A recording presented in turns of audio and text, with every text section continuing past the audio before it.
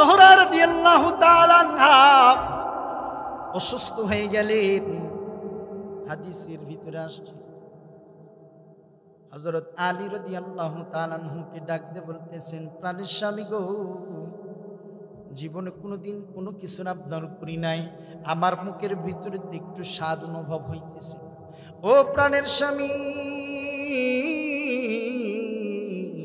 বাজারে তো যাইতেছেন, আমার জন্য একটু আনার নিয়ে আসবেন। আনার খাইলে জ্বর ভালো হয়, মুখের ভিতরে একটু তৃপ্তি লাগে, স্বাদ আস্বাদন করা যায়। আলী রাদিয়াল্লাহু তাআলা আনহু রওনা করেছেন। বাজারে যাওয়ার পরে, বাজার সদাই করার পরে, আমার প্রিয়তমা স্ত্রী কোনোদিন কিছু চায় নাই, আমার কাছে আনার খাইতে চাইছে। একটা আনার নিয়ে যায়, রওনা করেছে আলী রাদিয়াল্লাহু তাআলা আনহুর ঈমানটা পরীক্ষা করার জন্য। ফকিরের বেশ ধরে ফেরেশতা চলে আসছে।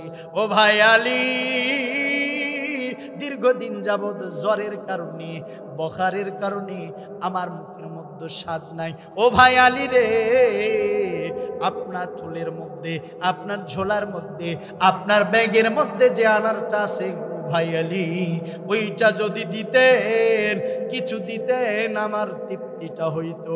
আলী রাদিয়াল্লাহু তাআলা ডাক দিয়ে বলতেছেন, আল্লাহ তাআলা বলছেন, আল্লাহর পয়গম্বর বলছেন, as-sadaqatu তারুদ্দুল বালা, দান সদকা করলে বালা দূর হয়। যেহেতু আমার বিবি অসুস্থ, তো আমি একটু সদকা করি।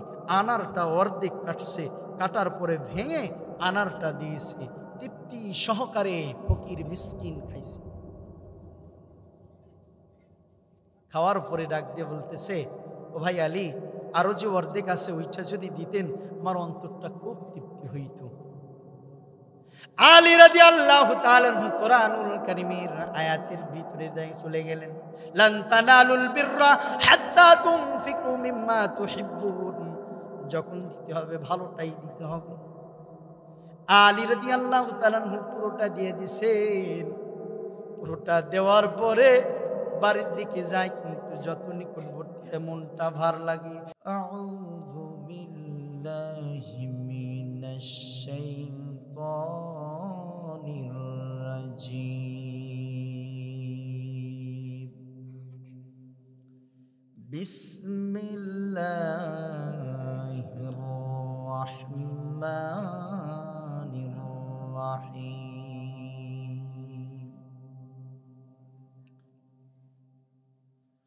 قل إن كنتم تحبون الله فاتبعوني يحببكم الله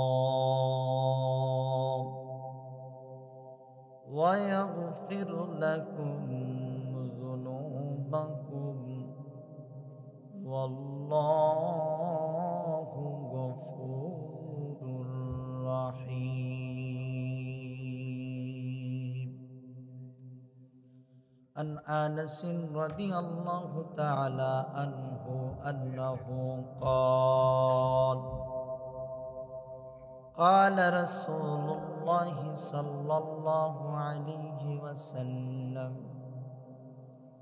لا يؤمن أحدكم حتى أكون أحب إليه من والده وولده والناس أجمعين.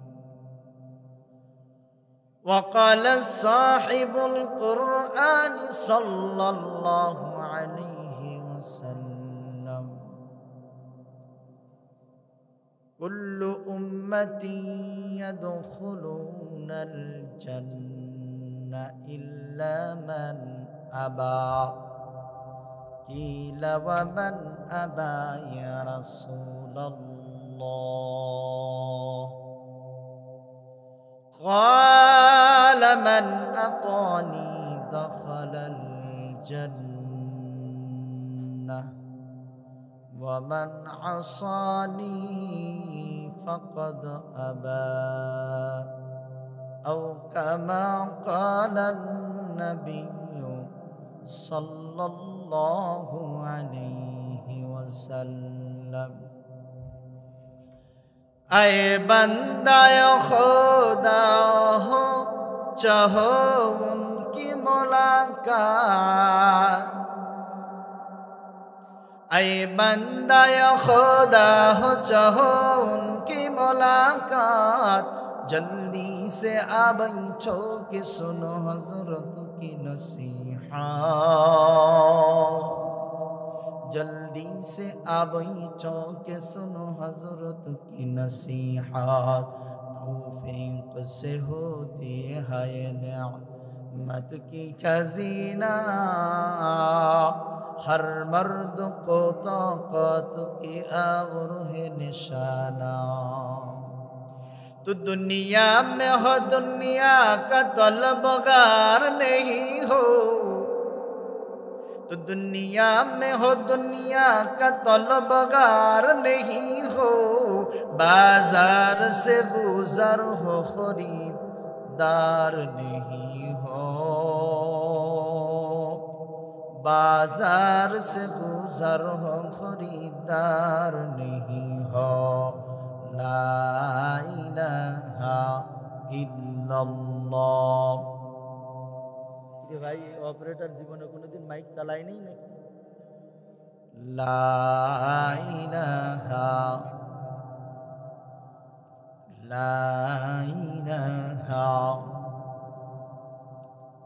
আসিয়া খেলে প্রেমের খেলা, ফেরাউন দিছে তারি কত জ্বালা। আসিয়া খেলে রবের খেলা, ফেরাউন দিছে তারি কত জ্বালা। সব জ্বালা সহিয়া আসিয়া মুখে বলে ইল্লাল্লাহ, লা ইলাহা ইল্লাল্লাহ, লা ইলাহা ইল্লাল্লাহ। मैं आशिक मौला हूँ मेरा इश्क निराला, मैं आशिक मौला हूँ मेरा इश्क निराला। जुमला जहाँ जिनकी तजल्ली से उजाला, ला इलाहा इल्लल्लाह, ला इलाहा ला इलाहा इल्लल्लाह मुहम्मदुर रसूलुल्लाह। লক্ষ্মীপুর মতিলালপুর আশরাফুল উলুম কওমি মাদ্রাসার উদ্যোগে সপ্তম বার্ষিকী তাফসীরুল কোরআন মাহফিলের আজকের সম্মানিত সভাপতি, প্রধান মেহমান, প্রধান বক্তা সহ হযরত উলামায়ে কেরাম, আমার সামনে বসে থাকা দিন প্রিয়, ইসলাম প্রিয় তাওহীদি জনতা, পর্দার অন্তর আলে মা এবং বোনেরা, আমরা আল্লাহ তাআলার শুকরিয়া আদায় করছি যে মহান রব প্রতিকূল অবস্থার ভিতরেও আল্লাহ তাআলা এমন একটা ব্যবস্থা করে দিয়ে দিলেন, এজন্য শুকরিয়া আদায় করছি। সবাই বলছি আলহামদুলিল্লাহ। লক্ষ কোটি দরুদ আর সালাম সরকারে দো আলম নবী মুহাম্মদুর রাসূলুল্লাহ সাল্লাল্লাহু আলাইহি ওয়াসাল্লামের উপরে। সম্মানিত হাজিরিন, আমি কোরআনুল কারীমের পরিচিত একটা আয়াতে কারিমা, যেটার আলোচনা আপনারা অনেক শুনেছেন, এখান থেকে তেলাওয়াত করেছি। আল্লাহ রব শামিলে হাল হলে এই আয়াত এবং হাদিসের আঙ্গিকে কোরআন সুন্নাহর আলোকে কিছু আলোচনা করার চেষ্টা করব। ওমা তৌফিকি ইল্লা বিল্লাহ।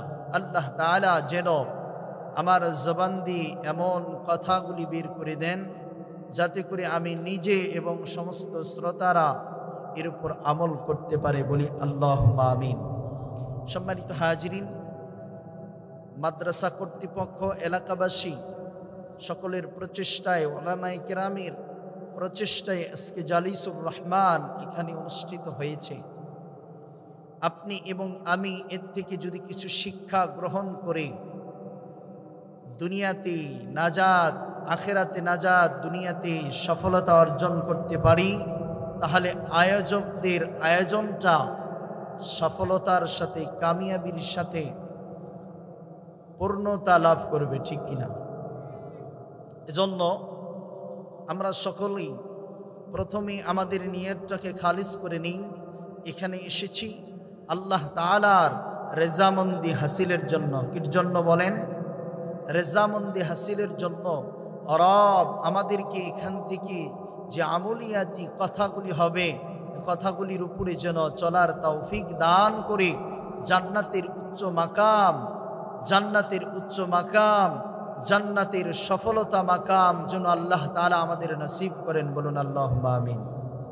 সম্মানিত হাজিরিন, রব আমাদের প্রিয় নবী মুহাম্মদুর রাসূলুল্লাহ সাল্লাল্লাহু আলাইহি ওয়াসাল্লাম, ওনাকে উদ্দেশ্য করে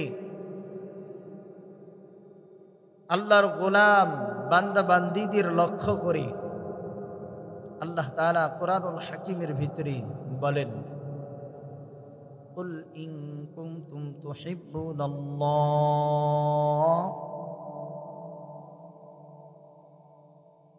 ওগো নবী আপনি আমার বান্দা আর বান্দীদেরকে বলুন কি,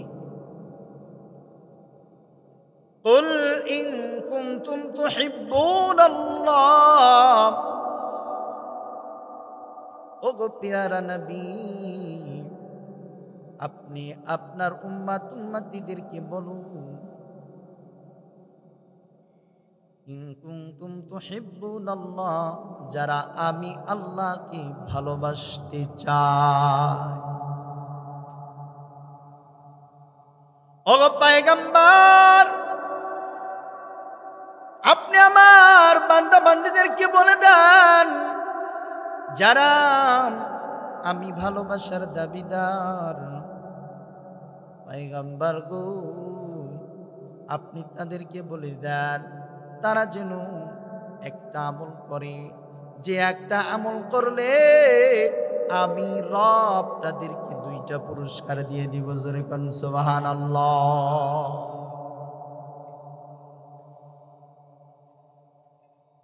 আমি আল্লাহ তাআলা আমি তাদেরকে 2টা পুরস্কার দেব, বিনিময়ে একটা আমল করতে হবে। কয়টা আমল? আমরা তো এখানে এসেছি আমলের জন্য, নাকি বলেন? আমার আপনার রব ডাক দিয়ে বলেন, ইহবিবুকুমুল্লাহ, আমি আল্লাহ তাআলা পুরস্কার দেব 2টা, ফাত্তাবিউনি, ওগো পয়গম্বর আপনি তাদেরকে বলে দেন, তারা যদি আপনার অনুসরণ অনুকরণ করে আমি আল্লাহ তাআলা 2টা পুরস্কার দিব। ইউহিব্বুকুমুল্লাহ, আমি আল্লাহ তাআলা নিজে তাদেরকে ভালোবাসবো। 1 নাম্বার পুরস্কার, জোরে কোন সুবহানাল্লাহ। ইউহিব্বুকুমুল্লাহ, আমি আল্লাহ তাআলা তাদেরকে ভালোবাসবো। ওয়াগফিরু লাকুম যুনুবাকুম, আর দ্বিতীয় পুরস্কার হলো পয়গম্বর গো আপনি বলে দেন, ওয়াগফিরু লাকুম যুনুবাকুম, আমি আল্লাহ তাআলা তাদের কৃত পূর্বের গুনাহগুলি মাফ করে দিব, কেননা আল্লাহু গফুরুর রহিম। সাবলীল তরজমা হলো, ও নবী আপনি বলে দেন যারা আমি আল্লাহকে ভালোবাসতে চায়, ফাত্তাবিউনি, তারা যেন আপনার অনুসরণ অনুকরণ করে। লাভ কি? ইউহিব্বুকুমুল্লাহ, আমি আল্লাহ তাদেরকে ভালোবাসবো। 2 নাম্বার লাভ, ওয়াগফির লাকুম যুনুবাকুম আল্লাহু গফুরুর রহিম। আর দ্বিতীয় লাভটা হলো আমি আল্লাহ তাদের পূর্বের কৃত গুনাহগুলি আমি মাফ করে দেব। সুবহানাল্লাহ। তাহলে 1 নাম্বার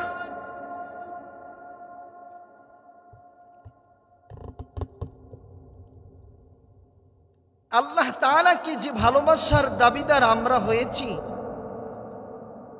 এ দাবির পরিপ্রেক্ষিতে আমল করতে হবে কয়টা? বলেন বলেন কয়টা? একটা। আর আল্লাহ তাআলা পুরস্কার ঘোষণা করছেন কয়টা? দুইটা।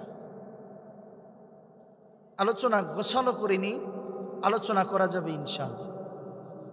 আল্লাহ তাআলা বললেন, পয়গম্বর গো, যেহেতু আমি আপনাকে ভালোবাসি, আপনাকে মহব্বত করি, ও পয়গম্বর, আপনার জন্য কুল কায়নাত সৃষ্টি করেছি, এজন্য যারা আমি আল্লাহকে ভালোবাসবে, ও পয়গম্বর, তাদেরকে বলে দেন তারা যেন আপনার অনুসরণ অনুকরণ করে। অর্থাৎ আপনার বলা কথা, আপনার দেখানো পথ আর মতে চলে, তাহলে আমি আল্লাহ তাআলা তাদেরকে আমি নিজের থেকে ভালোবাসবো। দ্বিতীয় আরেকটা বোনাস দিয়ে দেব, যেটা চাইতো তারা সেটা তো দেবই, সাথে সাথে আমি আল্লাহ তাআলা তাদের গুনাহ, যেহেতু আপনাকে মহব্বত করে, ও পয়গম্বর, আপনাকে মহব্বত আমিও করি, তারাও যদি করে, অনুসরণ অনুকরণের মাধ্যমে আমি আল্লাহ তাআলা তাদের পূর্বের গুনাহগুলি মাফ করে দেব। জোরে করুন, তো গুনাহ মাফ হয়ে গেছে।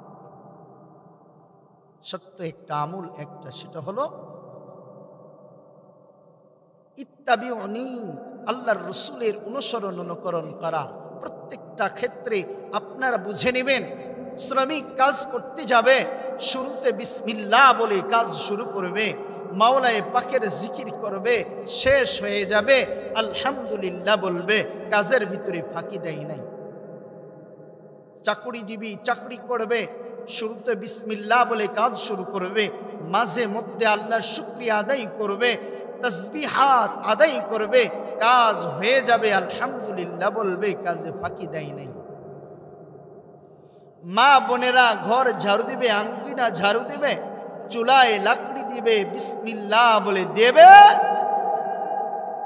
ভাত হয়ে যাবে চাল থেকে, আলহামদুলিল্লাহ বলে নামিয়ে ফেলবে। নিয়ত করবে, এই পাতিলের ভিতরে যতগুলি চাল দিলাম, এর থেকে যতগুলি ভাত হবে, আল্লাহ এর থেকে যে শক্তি আমাদের অর্জিত হবে, এটা তোমার ইবাদতে আমরা ব্যয় করব। এই নিয়ত করার সঙ্গে সঙ্গে মা বোনদেরকে বলছি, কসম খোদার, প্রত্যেকটা দানায় দানায়, প্রত্যেকটা ভাতে ভাতে নামায়ে আমলের ভিতরে এক একটা নেকি লেখা হবে।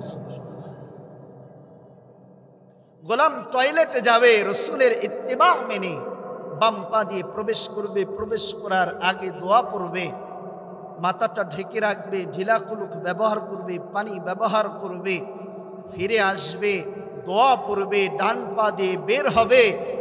গোলাম রসুলের তরিকা ইত্তেবা মানার কারণে পয়গম্বর আরবি বলেন, নফল নামাজের ভিতরে, নফল ইবাদতের ভিতরে থাকলে যতটুকু নেকি হইতো, গোলাম রসুলের তরিকা, রসুলের ইত্তেবা করার কারণে গোলামের নামায়ে আমলের ভিতরে সমপরিমাণ নেকি লেখা হবে। আল্লাহর গোলাম বাজারে যাবে, বাজার করবে, পয়গম্বরের ইত্তেবা মানবে। আমার পয়গম্বর বলছেন, রাস্তা দিয়ে যাওয়ার সময় দেখা হবে, সালাম দিবে,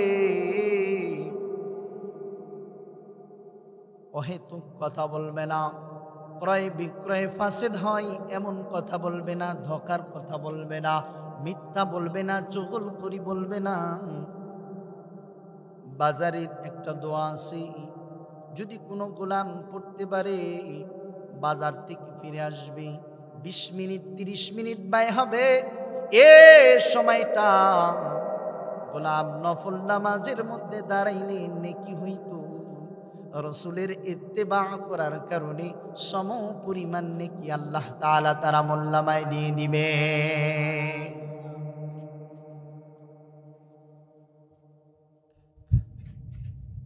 অর্থাৎ প্রত্যেকটা কাজে, প্রত্যেকটা ক্ষেত্রে পয়গম্বরের সুন্নাহ অনুযায়ী যদি চলে, সুন্নাহ অনুযায়ী জিন্দেগি, এটাই মাওলার বন্দেগি, এটাই রবের ইবাদত হবে।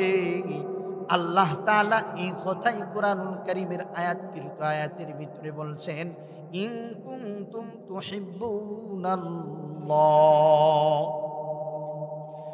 ও পয়গম্বর, আপনি বলে দেন, আমার কোন বান্দার বান্দি যদি আমি আল্লাহর মহব্বত আর ভালোবাসা পাইতে চাই, পয়গম্বর গো আপনি বলে দেন তারা যেন আপনার অনুসরণ অনুকরণ করে। আর এই অনুকরণ করলে আমি আল্লাহ তাআলা তাদেরকে ভালোবাসবো। 2 নাম্বার পুরস্কার, আমি আল্লাহ তাআলা তাদের গুনাহগুলি মাফ করে দেব। এটা আল্লাহ তাআলার পক্ষ থেকে। পয়গম্বর আরবি ডাকতে বলেন, কুল্লু উম্মতি ইয়াদখুলুনাল জান্নাহ। এ সাহাবায়ে কেরাম, আমার প্রত্যেকটা উম্মত জান্নাতি ইল্লা মান আবা, কিন্তু যারা আমাকে অস্বীকার করে। ইলা ওয়া মান আবা ইয়া রাসূলুল্লাহ, ওগো পয়গম্বর কে এমন আছে যে আপনাকে অস্বীকার করবে? পয়গম্বর গো এমন তো কেউ নাই। আমার পয়গম্বর আরবি সোনার জবানে বলেন, মান আতানি দাখালাল জান্নাহ ওয়া মান আসানি ফাকাদ আবা। ও সাহাবায়ে কেরাম, যারা আমার তরিকার মত, আমার ইত্তিবা করে, আমার অনুসরণ করে, যেটাকে হালাল বলেছি হালাল মানে, যেটাকে হারাম বলেছি হারাম মানে, সে অনুযায়ী জিন্দেগি গঠন করে, ও সাহাবায়ে কেরাম তারা জান্নাতি। আর যারা অনুকরণ করলো না, তারাই হলো আবা, অর্থাৎ জাহান্নামী। আল্লাহ তাআলা এই আয়াতের শেষের দিকে বলেন, ও পয়গম্বর এটাও বলুন, কুল আতিউল্লাহ ওয়ার রাসূল ফাইন তাওয়াল্লাউ ফাইন্নাল্লাহা লা ইউহিব্বুল কাফিরিন।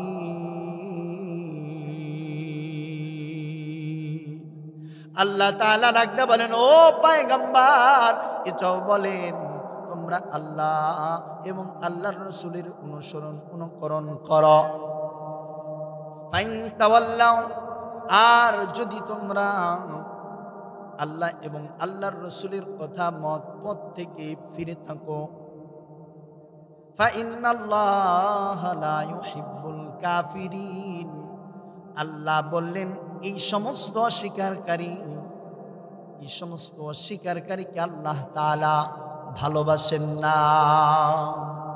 কাদেরকে ভালোবাসেন? আল্লাহ তাআলা ভালোবাসেন যারা আল্লাহর পয়গম্বরের অনুকরণ করেন। তাহলে আমরা এখান থেকে আলোচনার মাধ্যমে অল্প কিছু আমল বুঝলাম যে আল্লাহকে পাইতে হলে আল্লাহর পাওয়ার মাধ্যম পয়গম্বর আরবির অনুকরণ করা, ঠিক কিনা? লাভ কয়টা? আল্লাহ তাআলার পক্ষ থেকে লাভ হলো 2টা। 1 নাম্বার, রব নিজেই বললেন আমি তার উপর রাজি হয়ে যাব, আমি আল্লাহ তাআলা তাকে ভালোবাসবো। 2 নাম্বার পুরস্কার, আমি ওই গোলামের পূর্বের সমস্ত গুনাহগুলি মাফ করে দেব। পয়গম্বর আরবি বললেন কি? মূলত আমাকে যারা অনুকরণ করে এ সম্পর্কে হাদিস যে আমার প্রত্যেকটা উম্মতি জান্নাতি, তবে যারা আমাকে অস্বীকার করে, কারা অস্বীকার করে? যারা রাসূল আকরাম সাল্লাল্লাহু আলাইহি সাল্লামের কথা মতো চলে। পয়গম্বর আরবি লাগতে বলেন, মান আহাব্বা সুন্নতি ফাকাদ আহাব্বানি ওয়া মান আহাব্বানি কানা মাই ফিল জান্নাহ। এ আমার উম্মতিরা, শোনো, যে আমার সুন্নাতকে মহব্বত করলো সেজন্য আমি নবীকে মহব্বত করলো। আর আমি নবীকে যে মহব্বত করবে, ও উম্মতি শোনে না, মাহশরের ময়দানে আমি পয়গম্বরের সাথে সে জান্নাতে থাকবে। জোরে কোন সুবহানাল্লাহ। পয়গম্বর আরবি হাদিসের ভিতরে ইরশাদ করেন, যতক্ষণ পর্যন্ত পৃথিবীর সব কিছুর চাইতে সন্তান তার বাবা, সন্তান তার মা, বাবা মা তার সন্তানের চাইতে মাল দৌলত সব কিছুর চাইতে যতক্ষণ পর্যন্ত আমি নবীকে মহব্বত না করবে ততক্ষণ পর্যন্ত প্রকৃত ইমানদার হতে পারবে না।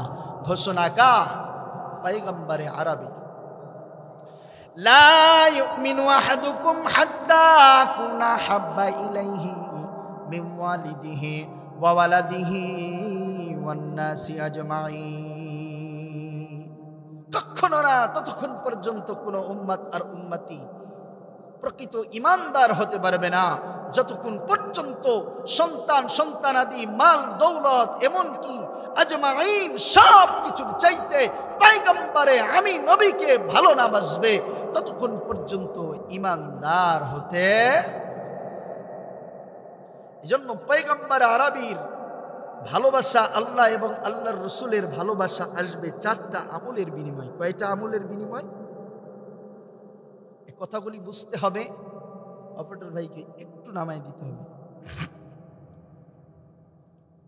4টা আমলের বিনিময়ে আল্লাহ এবং আল্লাহর রসুলের ভালোবাসা অন্তরের ভিতরে স্থান পাবে। কয়টা? এই বলেন কয়টা? 1 নাম্বার, দিনের যে কোনো একটা সময়, দিনের যে কোনো একটা সময়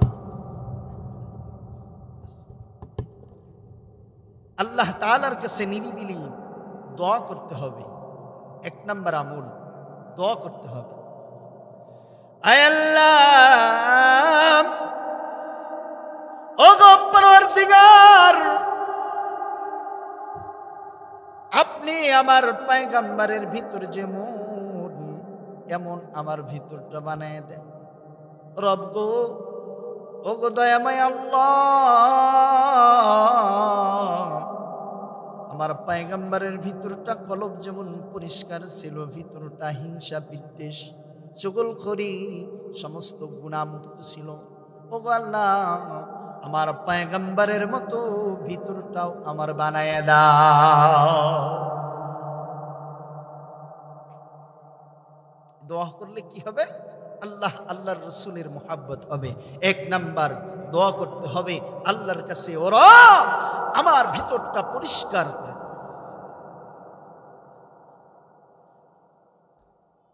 তাহলে পয়গম্বরের ভালোবাসা হবে। আর পয়গম্বরের ভালোবাসা যদি হয়ে যায় রব খুশি হবেন। রব খুশি হলে তার উপরে সমস্ত গুনাহ মাফ, তার জন্য জান্নাত ওয়াজিব। সুবহান। কত মোহাব্বত করতে হবে, কত মোহাব্বত। আমর ইবনুল আস রাদিয়াল্লাহু তাআলা রাসূলের সাহাবী, জালিলুল কদর সাহাবী আমর ইবনুল আস রাদিয়াল্লাহু তাআলা কতটুকু রাসূলকে ভালোবাসছেন, মোহাব্বত করছেন, রাসূলের সুন্নাতকে কতভাবে আঁকড়ে ধরছেন। আমার পয়গম্বরের সাহাবী আমর ইবনুল আস রাদিয়াল্লাহু তাআলা জেরুজালেম যুদ্ধ অবস্থার ভিতরে প্রত্যেক দিন এমন অবস্থায় পর্যায়ক্রমে পৌঁছে যায় যে বিজয় হবে এমত অবস্থায় সন্ধ্যা ঘনিয়ে আসছে, যুদ্ধের দামামা বেঁচে গেছে, ক্ষান্ত হয়ে গেছে, যুদ্ধটা বন্ধ, ক্ষান্ত করে দিয়ে যার যার তাঁবুর ভিতরে চলে গেছে। ইহুদিরা, খ্রিস্টান পাদ্রীরা তারা মনে মনে ভাবলো আজকের রাতটাই বড় সুবর্ণ সুযোগ, কেননা মুসলমানদের সাথে অস্ত্রেও মারা যাবে না, কেননা আমাদের যদি অস্ত্র বেশিও থাকে মুসলমানদের ইমানি জোর বড় থাকার কারণে মুসলমানরা সর্ব জায়গার ভিতরে বিজয় লাভ করবে। জোরে জোরে কোন সুবহানাল্লাহ। আজকে ইমান আমাদের কমতি হওয়ার কারণে, ইমানের আমল দূর হওয়ার কারণে মুসলমানরা আজকে মার খাইতেছে। কোরআন সুন্নাহ থেকে যত আমরা দূরে যাচ্ছি, আল্লাহর পয়গম্বর ডাক দিয়ে বলেন আমি 2টা জিনিস তোমাদের কাছে রেখে যাচ্ছি, কিতাব আল্লাহ ওয়া সুন্নাতে রাসূলি। ও আমার উম্মত উম্মতি, যতক্ষণ পর্যন্ত 2টার উপর আমল করবা, কিতাব আল্লাহ আমার আল্লাহ তাআলার আনিত আহকামাত ওয়া সুন্নাতে রাসূলি, ও আমার উম্মত উম্মতিরা, আর আমার সুন্নাত যারা আঁকড়ে ধরবে, লান তাদিল্লু, কখনো তারা পথভ্রষ্ট হবে না, কখনো তারা মাইর খাবে না, কখনো তারা পরাজয় হবে না। কিন্তু আজকে মুসলমান কোরআন সুন্নাহ থেকে দূরে সরার কারণে আজকে ইহুদি মারছে, খ্রিস্টান মারছে, হিন্দুরাও মারার পরিকল্পনা করছে, ঠিক কিনা? আমর ইবনুল আস রাদিয়াল্লাহু তাআলা যুদ্ধ ক্ষান্ত করে মাগরিবের নামাজ আদায় করার পরে তাঁবুর ভিতরে গেছেন, ইশারের সালাত আদায় করছেন। গভীর রাত, এদিকে হইচই শুরু হয়ে গেছে। কৌশল অবলম্বন তারা করছে, ডাকতে বলতেছে, এ শুনছনি, মুসলমানরা আমাদের সাথে যুদ্ধ করে শুধু ক্ষান্ত হয় না, বরং মুসলমানরা আমাদের নাউজুবিল্লাহ, আমাদের নবী, আমাদের তিন খোদার এক খোদা, জোরে কোন নাউজুবিল্লাহ, তার নাকটা ভেঙে দিয়েছে। পরের দিন সকালবেলা চারিদিক থেকে আওয়াজ আসছে, মুসলমানরা শুধু ক্ষান্ত হয় নাই,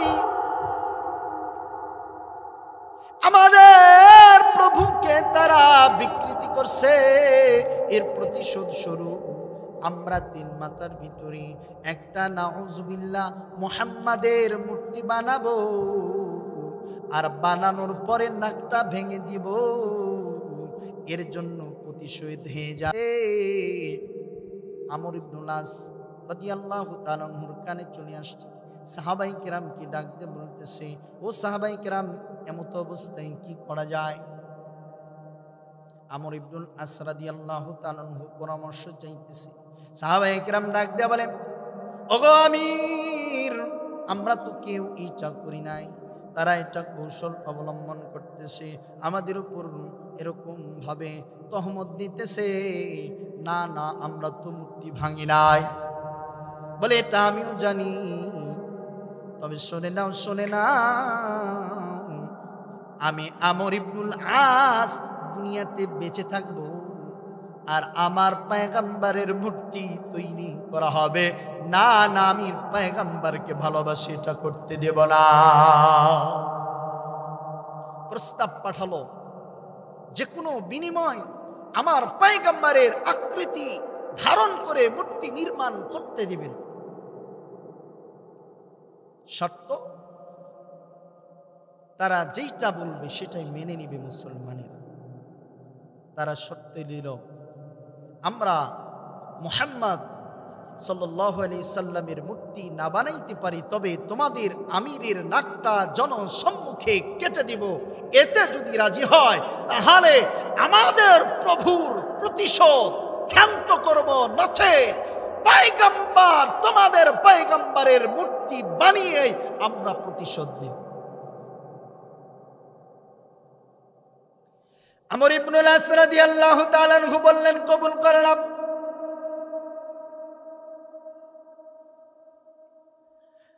আমর ইবনুল আস রাদিয়াল্লাহু তাআলা আনহু যখন রাজি হয়ে গেলেন, সাহাবায়ে কিরাম ডাক দিয়ে বললেন, ওগো আমির,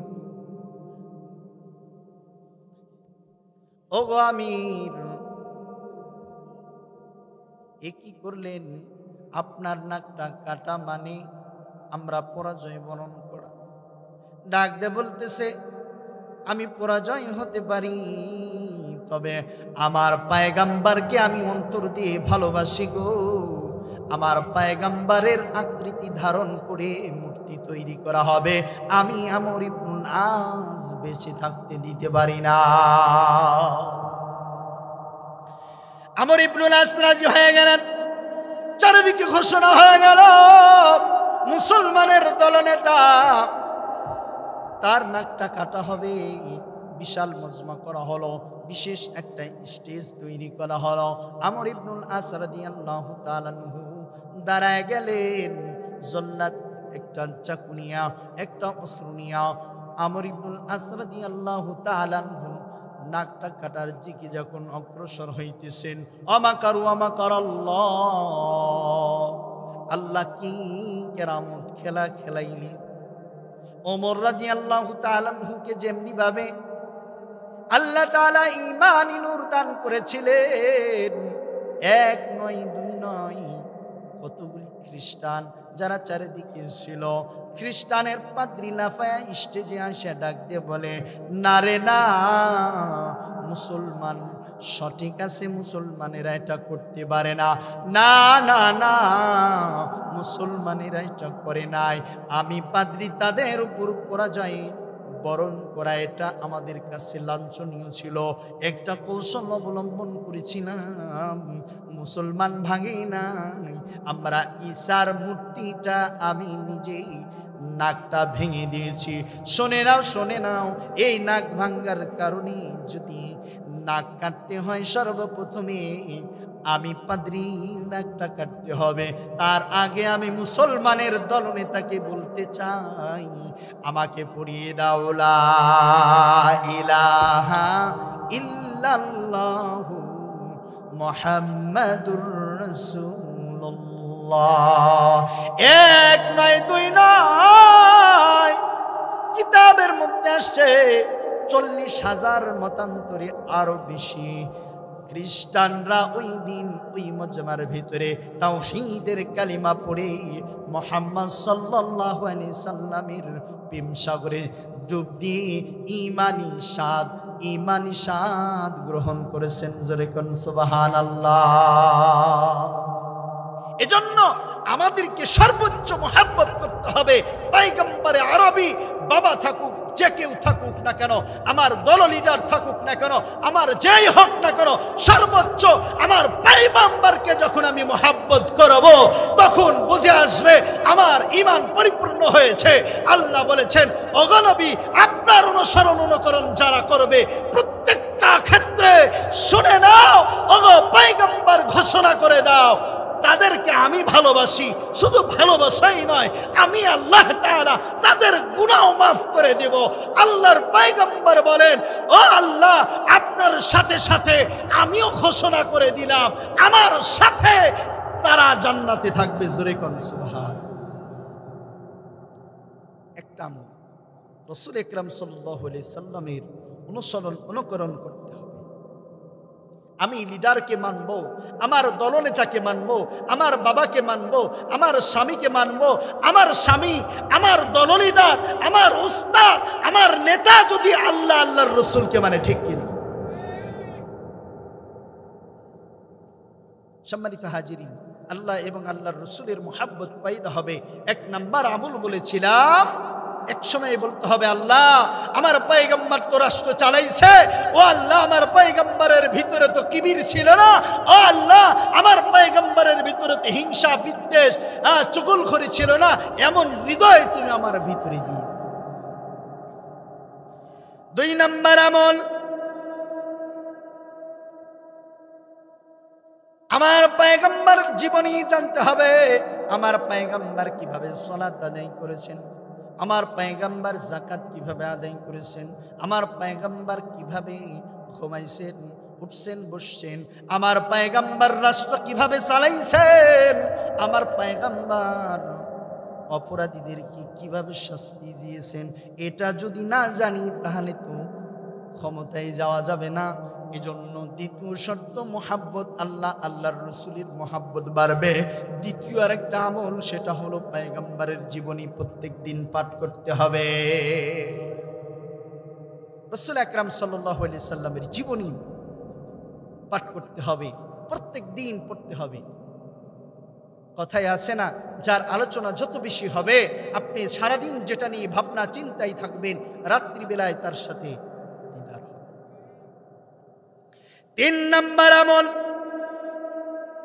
যেই সমস্ত লিডারেরা, যেই সমস্ত আল্লাহর গোলামেরা, যেই সমস্ত আল্লাহ ওয়ালারা আল্লাহ আল্লাহর রাসূলের অনুসরণ করে, ভালোবাসে, তাদেরকে মহব্বত করতে হবে। 4 নম্বর আমল, যেই সমস্ত আমালের কারণে আল্লাহ এবং আল্লাহর রাসূল রাজি আর খুশি হন, সন্তুষ্ট হন, এমন আমলগুলি করতে হবে। তাহলে আল্লাহর রেজামন্দি হাসিল করার আমল কয়টা? এক নম্বর, দিনের যে কোনো একটা সময় আল্লাহর কাছে চাইতে হবে, আল্লাহ তুমি আমাকে আমার ভিতরটাকে পরিষ্কার করে দাও যেমন আমার পয়গম্বরকে করে দিয়েছিলে। দুই নম্বর, আমার পয়গম্বরের জীবনী আলোচনা, এই জীবনটা পড়তে হবে। তিন নম্বর আমল, যারা আল্লাহর রসুলকে মানে, যারা আল্লাহর রসুলকে অনুসরণ করে, আল্লাহর রসুল আল্লাহকে যারা মহাব্বত করে, এমন ব্যক্তিদের মহাব্বত করতে হবে। চার নম্বর আমাল হলো আমার পয়গম্বর, আমার আল্লাহ যে কাজে সন্তুষ্ট থাকে এমন ইবাদত, এমন ইবাদত, এমন আমলগুলি আমাকে আপনাকে করতে হবে। তাহলে ভালোবাসা পাওয়া যাবে কার? ছোট্ট একটা ঘটনা, আব্দুল্লাহ ইবনে মুবারক রাহমাতুল্লাহ আলাইহি হাজের মৌসুমে চলে গেছেন। যাওয়ার পরে দেখতেছেন একটা যুবক, বাংলাদেশের অধিকাংশ হজ যারা করতে যায় সকলেই না, অধিকাংশ মুরব্বী যায়, চলতে ফিরতে পারে না। এই যুবকটা যখন ঘুরতেছে শুধু রাসূল আকরাম সাল্লাল্লাহু আলাইহি সাল্লামের উপর দরুদ পড়তেছে। আব্দুল্লাহ ইবনে মুবারক রাহমাতুল্লাহ আলাইহি হাদিসের বড় একটা মর্যাদা ব্যক্তি আব্দুল্লাহ ইবনে মুবারক রাহমাতুল্লাহ আলাইহি আফসোস করতেছে, রে যুবক, আল্লাহর ঘরে তোর আসার তৌফিক হয়েছে। যুবক রে, প্রথম তওয়াফটার যে দোয়া এটাও পারলি না, দ্বিতীয়বার আসছি, আবার দেখতেছে দরুদ শরীফ পড়তেছে, জোরে জোরে দরুদ শরীফ পড়তেছে, আমার পয়গম্বরের উপর দরুদ পড়তেছে। দ্বিতীয়বার যখন এটা দেখলেন, তৃতীয়বার দেখলেন, চতুর্থবার দেখলেন, পঞ্চমবার দেখলেন, ষষ্ঠবার দেখলেন, সপ্তমবার দেখলেন, মাকামে ইব্রাহিমের পাশে দাঁড়াইয়া মুবারক রাহমাতুল্লাহ আলাইহি 2 রাকাত নামাজ আদায় করার পরে হঠাৎ করে যুবকটাকে দেখতে পাইলেন। ডাক দিয়ে বলতেছে, যুবক রে, আমি তোমারে অলক্ষ্য করলাম, আল্লাহর ঘরে তোর আসার তৌফিক হয়েছে রে যুবক, কিন্তু দেখলাম তুই শুধু দোয়া না পড়ে রাসূলের উপর দরুদ শরীফ পড়তেছো। এ যুবক, তুমি কি দোয়া জানো না? যুবক ডাক দিয়ে বলতেছে, হুজুর গো, আপনারে চিনি না, তবে শুনে নেন, বসেন। আপনি কয়টা দোয়া জানেন আর আমি কয়টা জানি? তার মানে এই কথা দ্বারা উদ্দেশ্য হলো রাসূল আকরাম সাল্লাল্লাহু আলাইহি সাল্লামের মুহাব্বত আছে, তবে দোয়াগুলি সব জানে কি জানে না? ও হুজুর, শুনে নেন, আমি পয়গম্বরের দরুদের যত ফজিলত পাইছি, বাহ্যিক ভাবে এত ফজিলত অন্য কোন দোয়া পাই নাই। বলে, বাবা রে, বড় আবেগ জাগছে রে বাবা, এমন কিন ফজিলত পাইছিস রে বাবা? কি এমন ফজিলত পাইছিস? বলে, হুজুর, আমি শুধু একাই হজের মাঠে আসি। ও হুজুর, আমি আমার বাবার সাথে কাফেলা নিয়ে যখন আসতেছিলাম, আর এইবার শুধু হজ করেছি তাও না, আব্দুল্লাহ ইবনে মুবারক রাহমাতুল্লাহ আলাইহি কিতাবের মধ্যে এই ঘটনার উল্লেখ আছে। আব্দুল্লাহ ইবনে মুবারক রাহমাতুল্লাহ আলাইহি বলেন, কি আশ্চর্যজনিত ঘটনা! ডাক দিয়ে বলতেছে, হুজুর, আমরা যখন কাফেলা করে হেঁটে হেঁটে আসছিলাম, হঠাৎ করে দেখলাম আমার বাবার অত্যন্ত জ্বর এসে যায়, সারা শরীর গরম হয়ে গেল। আমরা কাফেলা ক্ষান্ত করলাম, ওখানে বিশ্রামের জন্য তাঁবু গেড়ে দিলাম। হুজুর, দীর্ঘ সময় অতিক্রম করার পরে সকাল বেলা হয়ে গেল। সকাল বেল হওয়ার পরে তারপরে আমার বাবার শারীরিক অবস্থা এরকম পরিবর্তন হইতেছে না। কাফেলার সাথীরা বলল, ও যুবক, তুমি দেরি করো, আমরা তো তোমার জন্য দেরি করতে পারি না রে যুবক রে, একটু অপেক্ষা করো, একটু পর যদি ভালো হয় তাহলে আমাদের সাথে একত্রিত হয়ে গেছেও, আমরা চলে গেলাম। সন্ধ্যা ঘনিয়ে আসলো, মাগরিবের সময় হয়ে গেল। আমার বাবার জ্বর আরো ক্রমান্বয়ে বাড়তেই ছিল। এটা নিয়ে আমার টেনশন ছিল না। হঠাৎ করে দেখলাম আমার বাবার জ্বর আরো বেড়ে গেল, রাত্রি অনেক গভীর হয়ে গেল। হুজুর, হঠাৎ করে দেখতে পাইলাম আমার বাবা আর দুনিয়াতে নাই। ওগো হুজুর, তাতেও কোনো আমার আফসোস ছিল না, কিন্তু আমি দেখতে পাইলাম হঠাৎ করে আমার বাবার চেহারাটা মানুষের আকৃতি থেকে আমার বাবার চেহারাটা শূকরের আকৃতি হয়ে গেল।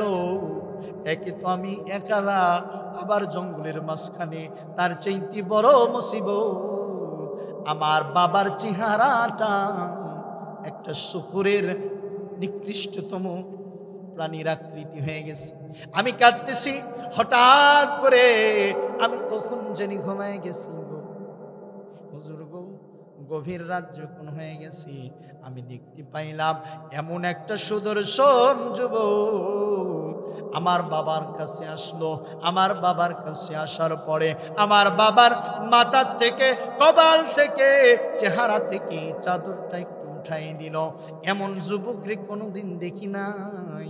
এত সুন্দর যুবক, চারিদিকে আলোকিত হয়ে গেছে, চারিদিকে ফর্সা হয়ে গেছে, চারিদিকে খুশবু, এমন খুশবু আর আমার নাকে ইতিপূর্বে কখনো ধারণ করে না। ও হুজুর, আমি যখন দেখলাম আমার বাবাকে যখন সুন্দরভাবে কাপড়টা সরিয়ে দিল, সরিয়ে দেওয়ার পরে হাতটা বোলাইল, খোদার কসম করে বলছি আমার বাবার চেহারা আগের চাইতে হাজার হাজার গুণ বৃদ্ধি পেয়ে গেল। জোরে জোরে করুন সুবহানাল্লাহ। হুজুর, আমি স্বপ্নের মধ্যে পাটা জড়িয়ে ধরে বললাম, কে গো আপনি? এই মুসিবতের সময় বড় আমার উপকারে আসলেন। বলে, তুই কি আমার চিনিস না রে পাগল উম্মত? আমি সরকার দো নবী দো জাহা, আমি নাই দুলাল নবী মুহাম্মদুর রাসূলুল্লাহ।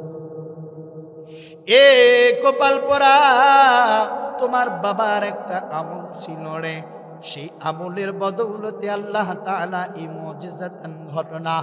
এ পাগল পারা উম্মত, তোমার বাবার একটা আমল ছিল, যে আমলের কারণে প্রত্যেক দিন আমার কাছে 200 বার করে তোমার বাবা ইশারের নামাজ আদায় করে 200 বার পর্যন্ত দরুদ শরীফ পড়ে আমার কাছে হাদিয়া প্রেরণ করত। ওই ফেরেশতা যেটা নিয়োজিত ছিল, এইটা নিয়ে আমার রওজা ধারে নিয়ে চলে যাই। এ যুবক, হঠাৎ করে আজকে রাত যখন গভীর হয়ে যায়, আমি ফেরেশতাকে ডাকলাম, কি ব্যাপার? ওই যে আল্লাহর বান্দা সে প্রত্যেকদিন 200 বার করে দরুদ শরীফের হাদিয়া পাঠায়, তার হাদিয়া কই? বলে, হুজুর, সে তো আজকে দুনিয়াতে নাই, তবে শুনে নেন বড় করুণ অবস্থায় আছে। এ পাগল পারা উম্মত, আল্লাহ তাআলা মুজিজাতান এখানে পাঠাইছে। হুজুর গো, আমার ঘুমটা ভেঙে গেল। আমি ঘুমটা ভেঙে দেখি চারিদিকে আলোকিত, কিন্তু যুবক নাই। খুশবু চারিদিকে আসছে। আমি কৌতূহল বশত আমার বাবার চেহারা থেকে যখন সুন্দর আকৃতির ওই চাদরটা টান দিয়ে দেখলাম বাস্তবে স্বপ্নের মধ্যে যেমন দেখছি তার চাইতে হাজার হাজার গুণ চেহারাটা সুন্দর আমার আব্বার। জোরে কোন সুবহানাল্লাহ। সকাল যখন হয়ে গেল, এ গভীর জঙ্গলের ভিতরে কাউরে এলান করা হয় নাই। হঠাৎ করে দেখলাম ফজরের আগ থেকে চারিদিক থেকে মানুষ গুনে আসতেছে। আমি জিজ্ঞাসা করলাম, তোমাদের তো খবর দেই নাই? বলে, খবর দেওয়া লাগে নাই। ফজরের আগে তাহাজ্জুদের মুহূর্তের মধ্যে আমরা ঘোষণা শুনছি, কে আছে রে নিজের গুনাহগুলি মাফ করতে চায়? যাও যাও যাও, অমুক জঙ্গলের ভিতরে আমার এক গোলাম পড়ে আছে, ওই গোলামের জানাজায় যারা শরীক হবে, আমি আল্লাহ তাআলা তাদের গুনাহ মাফ করে দেব। তাহলে একটা আমল হলো, যে আমলের কারণে আল্লাহ এবং আল্লাহর রসুল রাজি আর খুশি হয়, সে আমলটা হলো ছোট্ট একটা আমল। প্রত্যেক দিন ঘুমাইতে যান 100 বার 200 বার দরুদ শরীফ পড়া যাবে কি যাবে না? যাবে ইনশাআল্লাহ। এখন 4টা আমলের কথা বললাম, এই 4টা আমল করলাম, রসুলের ইত্তেবা করলাম, তাহলে আল্লাহ তাআলা যে আমাকে ভালোবাসছেন এটা আমি বুঝবো কিভাবে?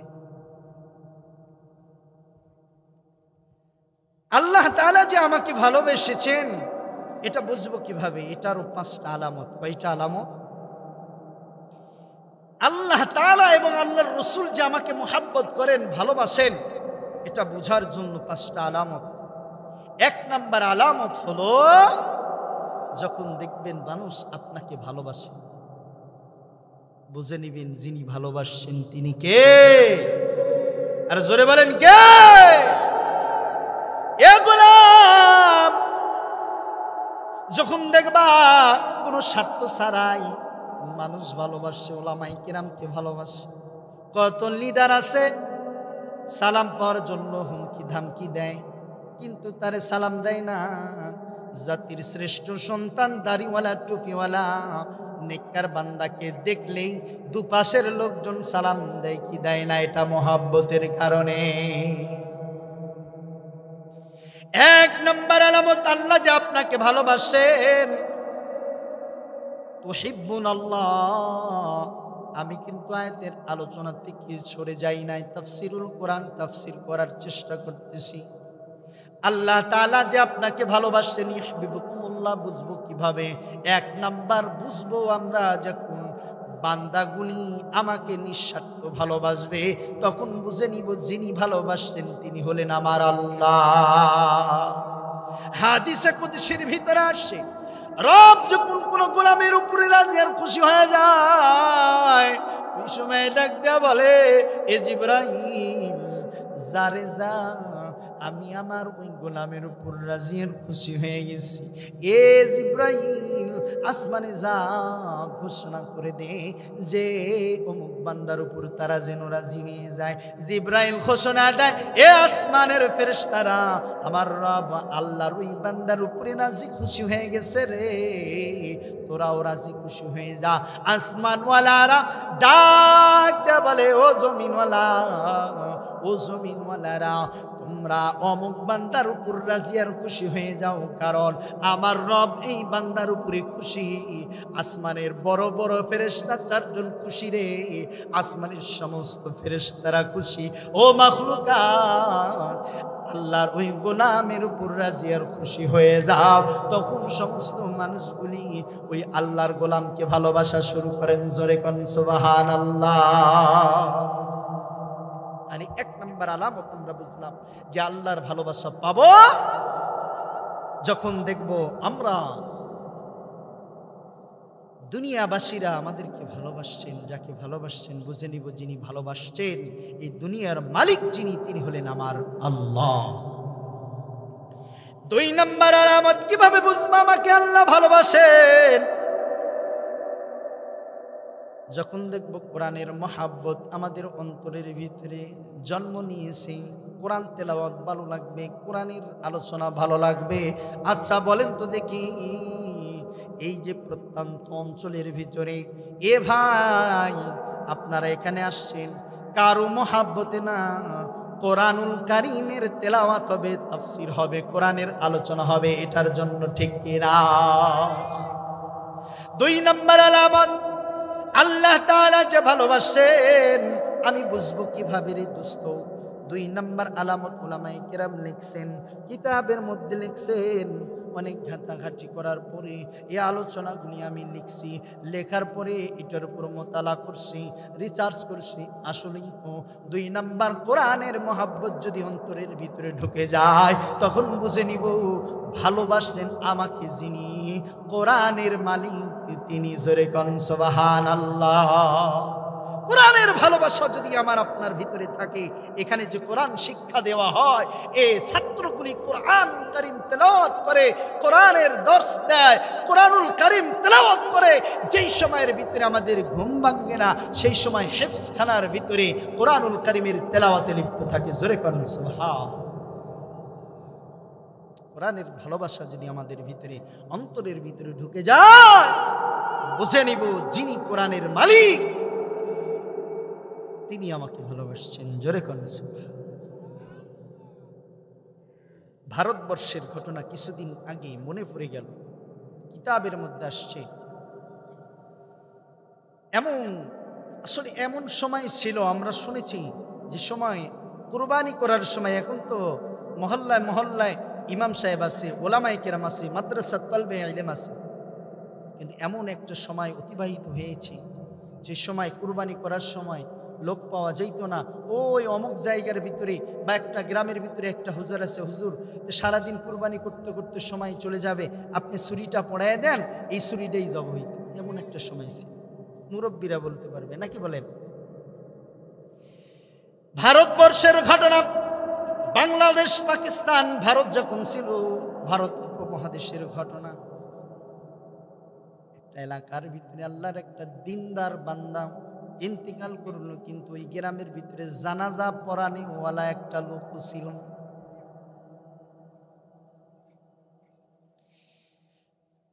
সুন্দর করে গোসল করিয়া জানাজা দিবে কে জন্য অপেক্ষা করতেছিল। হঠাৎ করে দেখতে পাই আল্লাহর এক গোলাম ঘোড়াতে চড়িয়ে একজন পুলিশ আসতেছে, ডাক দিয়ে বলতেছে দাঁড়িয়ে আছে, যদিও ইউনিফর্ম পোশাকটা পুলিশের, কিন্তু দাঁড়িয়ে থাকার কারণে ডাক দিয়ে বলে, ভাই আমরা বড় মুসিবতে পড়ে গেছি। কি হয়েছে? বলে আমাদের এলাকার ভিতরে একটা আল্লাহর বান্দা ইন্তেকাল করছে, কিন্তু কাফন দাফন করার ব্যবস্থা আমরা পারি না, কেউ জানাজা পড়াইতে পারে না। দেখবেন এই মাদ্রাসা, আশরাফুল উলুম মাদ্রাসা, লক্ষ্মীপুর মতিলালপুর মাদ্রাসার ছোট্ট ছোট্ট বালকগুলি জানাজা কিভাবে পড়াইতে হয়, আমরা তো এমন আছি জানাজা পড়তে গিয়ে ঈদের নামাজ পড়ে আসি, ঠিক কিনা? আর এইটুকুটুকু বাচ্চারা কোরআনুল কারীম তেলাওয়াত করেই আবার প্র্যাকটিক্যাল কিভাবে জানাজা পড়াইতে হয়, কিভাবে হয়, এই শিক্ষা এখানে দেওয়া হয়। ডাক দিয়ে বলতেছে, আমার এলাকার ভিতরে কেউ নাই জানাজাটা পড়াইতে পারে, আপনাকে বড় হুজুর হুজুর মনে হয়, ও হুজুর আমাদের এই আপাতটা বিবাদ করে দেন, দূর করে দেন, একটু জানাজাটা পড়াইয়ে দেন। বলে না, আমার ডিউটির সময়টা নির্দীর্ঘাত হয়ে যাবে, দেরি হয়ে যাবে। বলে হয় হোক, তা হয় হোক, কিন্তু আমরা তো জানাজা ছাড়া দাফন করতে পারি না। অনেক কাকুতি মিনতি করার পরে ওই পুলিশ জানাজার নামাজ পড়াইছে, জানাজার নামাজ পড়ানোর পরে দাফন করা হয়েছে। দাফন করানোর পরে যখন মাটিটা এরকম ভাবে দেওয়ার পরে অফিসে গিয়েছে, অফিসে যাওয়ার পরে দেখে একটা গুরুত্বপূর্ণ কাগজ তার পকেটে ছিল, পাওয়া যাইতেছে না। অনেক দামি একটা কাগজ পাওয়া যাইতেছে। ওই পুলিশ রওনা দিয়েছে ওই গ্রামের ভিতরে যাওয়ার পরে, যখন দেখতেছে কাফন দাফন করে যার যার বাড়িতে চলে গিয়েছে, আবার এলাকাবাসীকে ডাকার পরে ডাকতে বলতেছে, তোমাদের আপদ দূর করতে গিয়ে, তোমাদের উপকার করতে গিয়ে আমি একটা মুসিবতের ভিতরে পড়েছি। আমি বড় মাসআলা জানি, কবরটা কাছে আছে, আমার বিশ্বাস আছে, আমার গুরুত্বপূর্ণ কাগজটা যখন আমি দাফন করতেছিলাম ওই সময়ের ভিতরে পড়ে গেছে, কবরটা তোমাদের সাক্ষী রেখে এখানে করতে চাই। বলে আমরা কিছু জানি না, আপনি যেটা ভালো মনে করেন। ওই পুলিশ সামনে ঘটনা আসতেছে, ডাক দিয়ে বলতেছে, যখনই মাটিটা সরাই নিয়েছি, মাটিটা সরাই দেওয়ার পরে যখন খাড়াল তুলতেছে, বাঁশের লাকড়ি যখন উঠাইতেছে, সদ্য কিছুক্ষণ পূর্বে দাপন করে আসলো ওই লাশটা, পুরো কবরটা জান্নাতি খুশবু আর ফুল দ্বারা ভরে গেছে। একটু জোরে বলা যাবে নাকি সুবহানাল্লাহ? কাগজটা নিয়েছে, কৌতূহল ডাকছে রে, যেই গ্রামের মধ্যে জানাজা পড়নেওয়ালা লোক পাওয়া যায় না, এই এলাকার ভিতরে এমন একটা কদরওয়ালা মানুষ আছে, এমন একটা মানুষ এই এলাকার ভিতরে আছে। আহারে, তোমরা কি জানো এই গোলাম কি আমল করতো? এই গোলামটা কি এমন আমল করতো? বলে আমরা বলতে পারবো না। স্ত্রী জানতে পারে, চলে গেল, পর্দার আড়ালে যায়, রাখতে বলে, মা ওগো মা আপনার স্বামীর একটা গোপন আমল আমাদেরকে বলে দেন। মা গো কি এমন আমল করতো গো মা, যে আমলের কারণে আপনার স্বামীর কবরটা এত খুশবু হয়ে গেছে, ফুলে ভরপুর হয়ে গেছে, জান্নাতি সুবাসে ভরপুর হয়ে গেছে। ও মা সে আমলটা বলে দেন, আমরা সে আমলটা করতে চাই। পুলিশের পিরাপিরিতে ডাক দিয়ে বলতেছে, বাবা গো আমার স্বামীর গোপন কোনো আমল ছিল না, কিন্তু একদিন একটা ঘটনা ঘটে গিয়েছিল। কি অলৌকিক ঘটনা! প্রত্যেক দিন আমার স্বামী এরকম ভাবে নির্ধারিত সময় চাল ডাল কিনে নিয়ে বাড়িতে আসে, আর বাড়িতে আসার কারণে সুন্দরভাবে রান্না বাড়া করে যাওয়া হয়, তাই আমরা দুইজনে খাই, আল্লাহর গুণকীর্তন করি। আমার স্বামী লেখাপড়া জানতো না, ওই দিন আসতে বড় দেরি হয়ে যায়। হঠাৎ করে দেখলাম কাঁদতে কাঁদতে আসছে, ডাক দিয়ে বলতেছে, স্ত্রী রে আজকে বুঝি তোমার বড় কষ্ট হবে রে স্ত্রী। তবে না না, আজকের যে শ্রমিকের মজুরি পেয়েছিলাম এটা বৃথা যাইতে দেই নাই, দুইজন না খেয়ে থাকবো, কিন্তু রাজি আর খুশি হবে আমার এই স্ত্রী। জনের দাম পাইছিলাম, শ্রমিকের মজুরি পাইছিলাম। বিবি রে হঠাৎ করে দেখতে পাইলাম একটা মাহফিল হইতেছিল, ওই যে আজকে যেমনি ভাবে আপনারা বসে গেছেন, স্ত্রী রে ওই জায়গার ভিতরে আমি বসে গেলাম একটু আলোচনা শোনার জন্য। ওলামায়ে কেরাম বয়ান করলে কোরআনের মহাব্বত অন্তরে থাকলে সেই সিনাটা জাহান্নামের আগুনে জ্বলে না, জ্বলে না। বিবি রে আজকের ওই টাকাটা দিয়ে আমি কোরআনের কফি কিনেছি, এই যে দেখো এই কোরআনের কফি, আজকে দুইজন হয়তো না খেয়ে থাকবো, আগামীকাল আবার জমি যাওয়ার পরে, আবার মজদুরি করার পরে, আবার কামলা খাটার পরে যে টাকাটা পাবো ওই টাকাটা দিয়ে আবার বাজার সদাই করব। বিবিরে মনক্ষুণ্ণ হয়েও না, হতে পারে আল্লাহ তাআলা আমাদের দুইজনকে নাজাত দিয়ে দেবেন।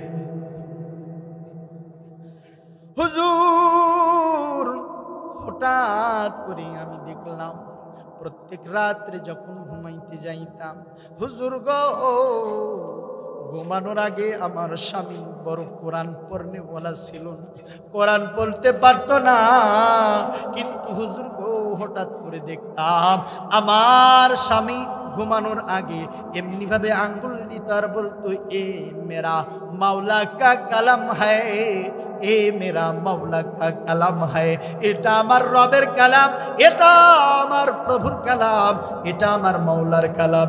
এইটা বলতো, হাতটা বুলাইতো, চোখ দিয়ে দর দর দর দর করে পানি পড়তো। ও গো স্বামী, এর চাইতে আর কিছু, এর চাইতে আমার স্বামীর কোনো আমল আমি বলতে পারবো না। পুলিশ ডাক দেয়া বলতেছে, মা কোরআন না করতে পারলেও কোরআনের মহাব্বত থাকার কারণে, ওই কোরআনের মহাব্বত থাকার কারণে আল্লাহ তাআলা তার কবরটা এমন সুন্দর বাগিচায় রূপান্তরিত করেছেন। জোরে জোরে কোন সুবহানাল্লাহ, লা ইলাহা লা ইলাহা লা ইলাহা লা ইলাহা লা ইলাহা ইল্লাল্লাহু মুহাম্মাদুর রাসূলুল্লাহ।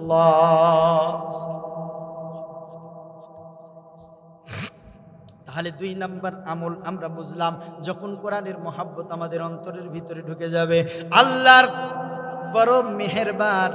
আমরা এখানে আসছি কিসের আশায়? কোরআনের মহাব্বতে, ঠিক কিনা? এখানে টাকা দিবে, মজদুরি দিবে জন্য আপনারা আসছেন নাকি? না না, এখানে আসছেন কোরআনের মহাব্বতে। 2 নাম্বার আলামত আপনাদের ভিতরে পাওয়া গেল। 3 নাম্বার আলামত, আল্লাহ তাআলা যে ভালোবাসেন আপনাকে আমাকে। যখন দেখবেন আপনি বেশি বেশি সুন্নাতের উপর আমল করা শুরু করে দিবেন, সুন্নাতের মহাব্বত বেড়ে যাবে, আগ্রহ জাগবে। মাথার ভিতরে টুপি এতদিন দিতেন না, এখন দিবেন। দাড়িটা বড় করতেন না, এখন বড় হয়ে যাবে। জামাটা সুন্নাত তরিকায়, স্যান্ডেল পরবেন ডান পা দিয়ে পরবেন, টয়লেটে যাবেন বাম পা দিয়ে প্রবেশ করবেন। অর্থাৎ প্রত্যেকটা কাজ যখন আপনি সুন্নাতের উপর আমল করা শুরু করে নেবেন, বুঝে নেবেন যিনি ভালোবাসেন তিনি হলেন আমাদের রাব। 3 নাম্বার আলামত হলো এ আলামত, যে আলামতটা আমরা বুঝবো যখন সুন্নাতের উপরে আমরা বেশি বেশি আমল করব। 4 নাম্বার আলামত বুঝবো কখন আল্লাহ আমাকে ভালোবাসেন আর নাজাত দিবেন, গুনাহ মাফ করবেন। 4 নাম্বার আলামত, রোগ ব্যাধি মুসিবতের মধ্যে যখন মাঝে মধ্যে পড়ব, বুঝে নিব যিনি ভালোবাসেন তিনি হলেন আমার রব। হযরত হাল ফাতিমাতুজ জোহরা রাদিয়াল্লাহু তাআলা আনহা অসুস্থ হয়ে গেলেন। হাদিসের ভিতরে আসছে হযরত আলী রাদিয়াল্লাহু তাআলা আনহুকে ডাক দিয়ে বলতেছেন, প্রাণের স্বামী গো, জীবনে কোনোদিন কোনো কিছু আবদার করি নাই, আমার মুখের ভিতরে একটু স্বাদ অনুভব হইতেছে। ও প্রাণের স্বামী, বাজারে তো যাইতেছেন, আমার জন্য একটু আনার নিয়ে আসবেন। আনার খাইলে জ্বর ভালো হয়, মুখের ভিতরে একটু তৃপ্তি লাগে, স্বাদ আস্বাদন করা যায়। আলী রাদিয়াল্লাহু তাআলা আনহু রওনা করেছেন। বাজারে যাওয়ার পরে, বাজার সদাই করার পরে, আমার প্রিয়তমা স্ত্রী কোনোদিন কিছু চায় নাই, আমার কাছে আনার খাইতে চাইছে। একটা আনার নিয়ে যায়, রওনা করেছে আলী রাদিয়াল্লাহু তাআলা আনহুর ঈমানটা পরীক্ষা করার জন্য। ফকিরের বেশ ধরে ফেরেশতা চলে আসছে। ও ভাই আলী, দীর্ঘদিন যাবৎ জ্বরের কারণে, বখারের কারণে আমার মুখের মধ্যে স্বাদ নাই। ও ভাই আলী রে, আপনার থলের মধ্যে, আপনার ঝোলার মধ্যে, আপনার ব্যাগের মধ্যে যে আনারটা আছে ভাই আলী, ওইটা যদি দিতেন, কিছু দিতেন, আমার তৃপ্তিটা হইতো। আলী রাদিয়াল্লাহু তাআলা ডাক দিয়ে বলতেছেন, আল্লাহ তাআলা বলছেন, আল্লাহর পয়গম্বর বলছেন, আস-সাদকাতু তারুদ্দুল বালা, দান সদকা করলে বালা দূর হয়। যেহেতু আমার বিবি অসুস্থ, তো আমি একটু সদকা করি। আনারটা অর্ধেক কাটছে, কাটার পরে ভেঙে আনারটা দিয়েছে, তৃপ্তি সহকারে ফকির মিসকিন খাইছে। খাওয়ার পরে ডাক দিয়ে বলতেছে, ও ভাই আলী, আরো যে অর্ধেক আছে ওইটা যদি দিতেন, আমার অন্তরটা খুব তৃপ্তি হইত। আলী রাদিয়াল্লাহু তাআলা কোরআনুল কারীমের আয়াতের ভিতরে চলে গেলেন, লান তানালুল বিররা হাত্তা তুনফিকু মিম্মা তুহিব্বুন, যখন দিতে হবে ভালোটাই দিতে হবে। আলী রাদিয়াল্লাহু তাআলা পুরোটা দিয়ে দিছেন। পুরোটা দেওয়ার পরে বাড়ির দিকে যায়, কিন্তু যত নিকটবর্তী মনটা ভার লাগে যে আমার বিবি চাইলো, জীবনে কোনোদিন চাই নাই, আমার বিবি আনার খাইতে চাইছে, এই সময় আমার বিবিরে আমি আনারটা দিতে পারলাম না, এটা নিয়ে 1 ধাপ আগায় 3 ধাপ পিছায় পায়চারি করতেছে। ফাতেমাতুজ জোহরা রাদিয়াল্লাহু তাআলা আনহা ডাক দিয়ে বলতেছে, ও স্বামী, আমি বুঝতে পারছি আপনার হাতে টাকা নাই, আপনি আনার কিনে আনতে পারেন নাই, আসেন আসেন, আল্লাহ তাআলা আপনি বাজারে যাওয়ার কিছুক্ষণ পর থেকে আমার শরীর আগের চাইতে উন্নতি দান করছে। জোরে কোন সুবহানাল্লাহ। খোদার কসম করে ডাক দেয়া বলে, ফাতেমা রে, এ ফাতেমা, তুমি আমার জন্য আমার কাছে কিছু চাও নাই, তুমি ছিলে আমার প্রিয় নবীর প্রিয় পাত্রী, আমার নবীর প্রিয় আদরের দুলালি। আমার কাছে আসার পরে আমি তোমার কোনো আমোদ আহ্লাদ পূরণ করতে পারি নাই, কখনো কখনো না খেয়ে থাকতে হয়েছে। এ ফাতেমা, আমি তোমার আবদার পূরণ করার জন্য আমার সমস্ত বাজার সদাই যখন বন্ধ করে দিলাম, বন্ধ করে দেওয়ার পরে আমি যখন আনার নিয়ে আসলাম, কিন্তু প্রতিমধ্যের ভিতরে আমি পুরো আনারটা আমি ভিক্ষুককে দান করেছি। এইদিকে সবচাইতে প্রিয় নবীর প্রিয় সাহাবী হযরতে সালমান ফার্সি ডাক দিয়ে বলে, এ ভাই আলী নাও নাও, আমার পয়গম্বর তোমার দরবারে তোমার ঘরের জন্য আনার পাঠাইছে। বড় বড় আনার যখন আসছে, আলী বলে ঘরে তুলবো, ঠিক আছে, কিন্তু একটা কাজ আপনাকে করতে হবে। কি কাজ করতে হবে বলে, দেখি এখানে নামান। নামাইছে, নামানোর পরে গুনছে 1 2 3 4 5 6 7 8 9। বলে সালমান, এ আনার আমার না রে সালমান, এ আনার নিয়ে চলে যাও। বলে না, আমার পয়গম্বরের দরবারে একটা নতুন বাগানের আনার যখন আসছে, আমার পয়গম্বর আল্লাহর মারফতে খবর পাইছে আপনার বাড়িতে পাঠাইছে। বলে সালমান রে, সত্যি সত্যি যদি আমার দরবারে পাঠাইতো, আমার ঘরে যদি পাঠাইতো, আনার 9টা হওয়ার কথা না রে আলী রে সালমান, 9টা হওয়ার কথা না, 10টা হওয়ার কথা। সালমান ফার্সি বগলের নিচে থেকে একটা আনার বের করে দিয়ে ডাক দিয়ে বলেন, ও আলী, আমি দেখতেছিলাম আপনার ঈমান আর এই আনার পাঠানোর কারিশমা। বলেন কি কারণে আপনি বুঝলেন? বলে আমি বাজার থেকে আসার সময় আমি মিসকিনকে একটা আনার দিয়েছিলাম। আল্লাহ কুরআনুল কারীমের ভিতরে ডাক দিয়ে বলছেন, এক দান করলে আল্লাহ তাআলা তাকে 10 গুণ বৃদ্ধি করে দেয়। যখন দেখলাম একে 10 পাওয়ার কথা, যখন দেখলাম একে 9, তাহলে এটা আমার জন্য না, নিয়ে যাও।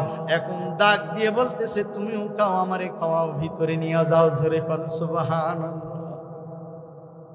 রোগ ব্যাধি দিলে রাজি হবেন না বেজার হবেন?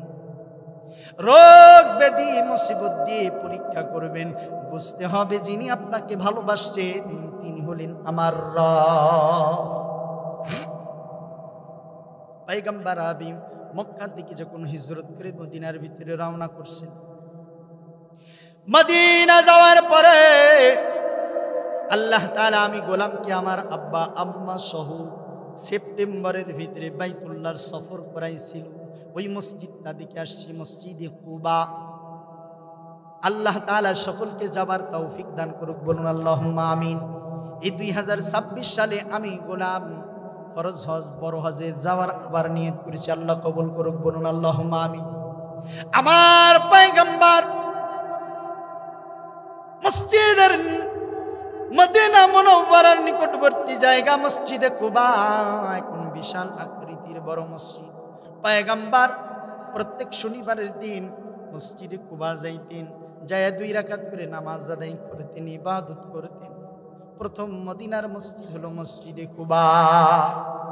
হাজী সাহেব যারা আছে দেখছেন, আমার পয়গম্বর ডাক দেয়া বলে, মসজিদে কুবায় যারা 2 রাকাত নামাজ আদায় করবে, আল্লাহ তাআলা কবুল একটা উমরার সওয়াব তার আমলনামায় দিয়ে দিবে। আমার পয়গম্বর ওই জায়গাটা ছিল একটা ইহুদির, ওই ইহুদির জায়গার ভিতরে যাওয়ার পরে মনে করলেন যে আমি এই জায়গার ভিতরে একটা মসজিদ নির্মাণ করব। এই মসজিদটা নির্মাণ করার জন্য মনস্থ করলেন। জিজ্ঞাসলেন, এই জায়গাটা কার? বলে অমুক ইহুদির। প্রস্তাব পাঠাইলেন, এই জায়গাটা দান করে দাও, মুসলমান হয়ে যাও, নচেত আমাদের কাছে বিনিময়ে বিক্রয় করে দাও। ইহুদি ডাক দিয়ে বলতেছে, জায়গা দানও করব না, মুসলমান হব না, বিক্রয় করব না। আবু বকর যায়, আবু বকর যাওয়ার পরেও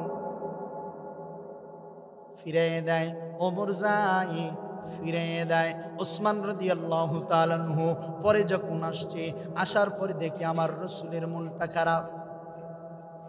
আবু বকরকে ডাক দেয়া বলে, আবু বকর ভাই, আবু বকর, নানা শ্বশুর আবু বকর ডাক দিয়ে বলতেছে, ভাইজান, আমার পয়গম্বরের মনটা এত ব্যথিত কেন? আমার পয়গম্বর মনটা খারাপ কেন?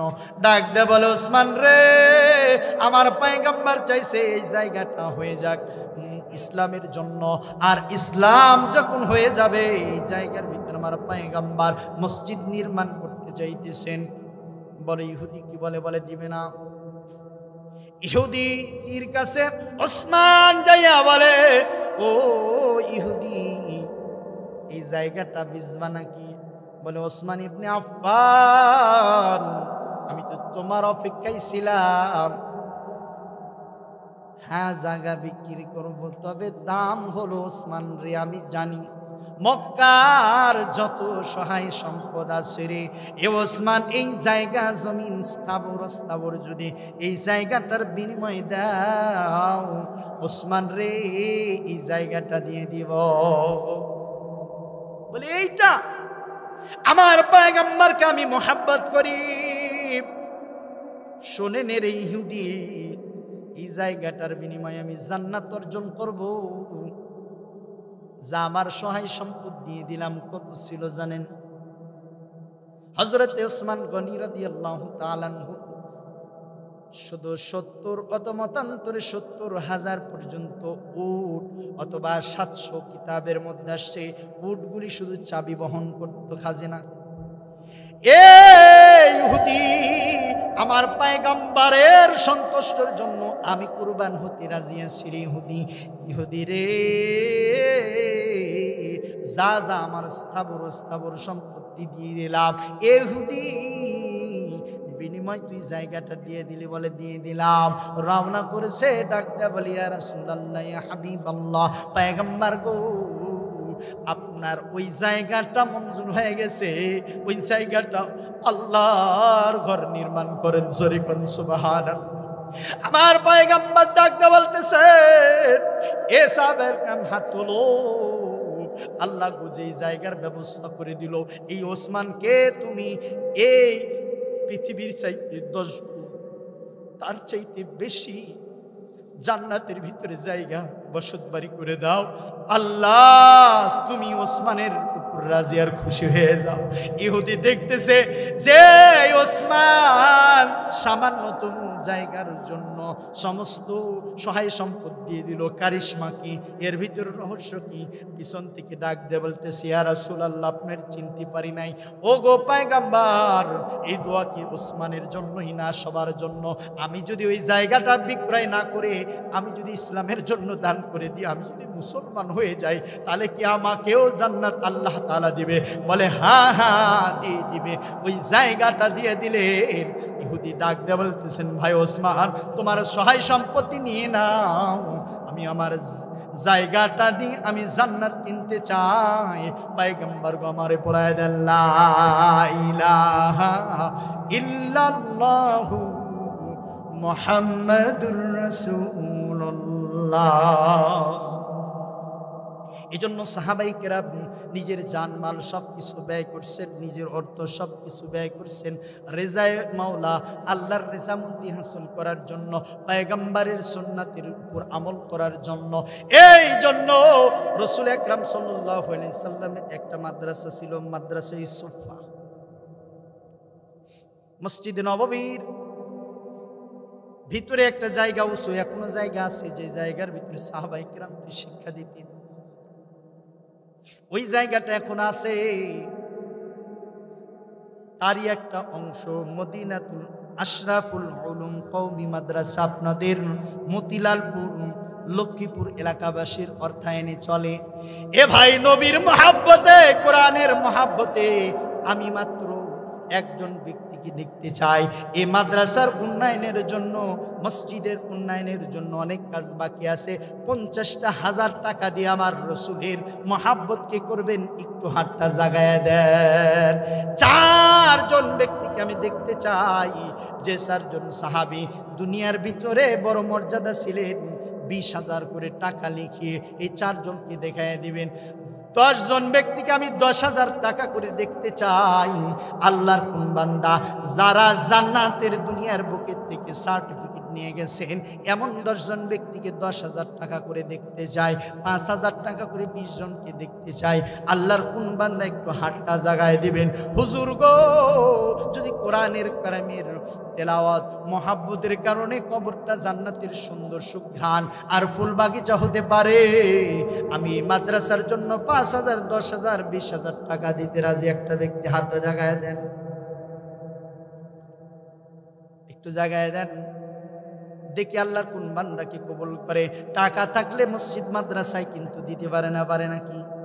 টাকা থাকলে হজ করতে পারে না, টাকা থাকলে যে তার টাকা কবুল হবে এটা হতে পারে না। নারে তাকবীর। আজকের মাহফিলের সভাপতি সাহেব আলহাজ ওসমান গনি সাহেব, আল্লাহু আকবার নামের সাথে মিলে গেছে, আবার হজ করে মসজিদে। ওই সভাপতি সাহেব আল্লাহু আকবার, আল্লাহু আকবার। হাজী সাহেব মানুষ, আল্লাহ কবুল করছেন, দেখেন সুন্নাতের পাবন্দি।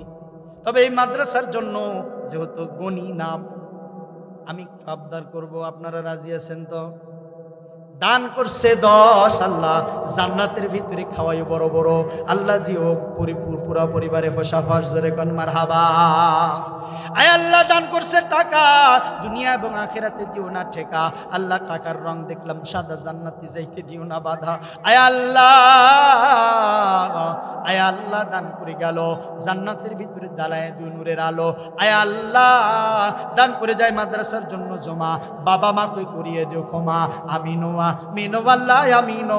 সভাপতি সাহেবের জন্য আর একটা আবদার, আর মাত্র 2,000 টাকা বেশি একটু চাবো। আপনারা খুশি না বেজার?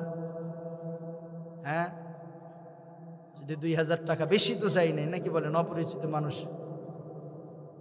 হ্যাঁ, আর 2,000 টাকা ইনশাল্লাহ আল্লাহ দিয়ে দিবে। নারে তাকবীর।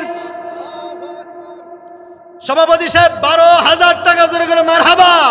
আয় আল্লাহ, আয় আল্লাহ। সভাপতি সাহেব 6, 6, 12। আয় আল্লাহ দান করে গেল। আল্লাহ আব্বা আম্মার কবরে জ্বালায় দিও নূরের আলো। আয় আল্লাহ দান করে যায় টাকা, দুনিয়া এবং আখিরাতে দিও না ঠেকা। আল্লাহ যে নিয়তে দান করছে দানটা কবুল করিয়ে নেন, জানে মানে বরকত দিয়ে দেন। আয় আল্লাহ বারবার খানা খাবার মেহমান বানিয়ে নেন, জোরে বলুন আমিন আমিন।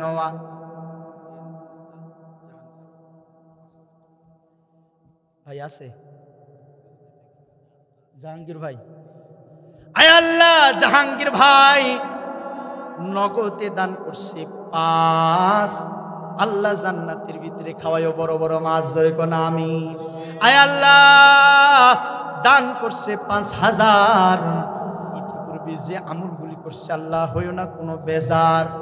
আয় আল্লাহ দান করছে টাকা, দুনিয়া এবং আখিরাতে দিও না ঠেকা। আয় আল্লাহ দান করে গেল আত্মীয় স্বজনের কবরে জ্বালায় দিও নূরের আলো। আমি জানি ভাই একটু আবদার করলে শুনবে। একজন 10,000 হয়ে গেছে, আমি চাইছি 10,000-এর 10 জন, নাকি বলেন? এই মাইক ঠিক করেন।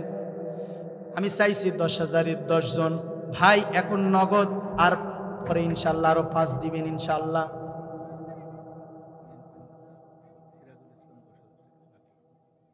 ভাই জাহাঙ্গীর ভাই পরে ইনশাল্লাহ আল্লাহ দিয়ে দিবে। আরে রোগ হলেই তো কত টাকা চলে যায়, নাকি বলেন? ইনশাল্লাহ আল্লাহ। জাহাঙ্গীর ভাই কি করেন? আল্লাহ ব্যবসার ভিতরে বারাকা দান করিয়ে দাও। যে ব্যবসা দিবা এরকম 5,000 জন 10 গুণে বাড়ায় 50,000 টাকা লাভ দিয়ে দাও, বলুন আল্লাহুম্মা আমিন। জাহাঙ্গীর ভাই নগদে 5,000, বাকিতে 5,000, হইও না কোনো আমলের কারণে বেজার। আল্লাহ দান করছে 5, 5, 10। আল্লাহু আকবার। আয় আল্লাহ বিগত আমলের গুনাহগুলি মাফ করিয়ে দিয়ে সামনে জনতার খেদমত করতে পারে 10,000 টাকা দান করলো। আর চেয়ারম্যান প্রার্থী আল্লাহ তাআলা তুমি কবুল করো ইমান ইসলামের জন্য, জোরে বলুন আল্লাহুম্মা আমিন।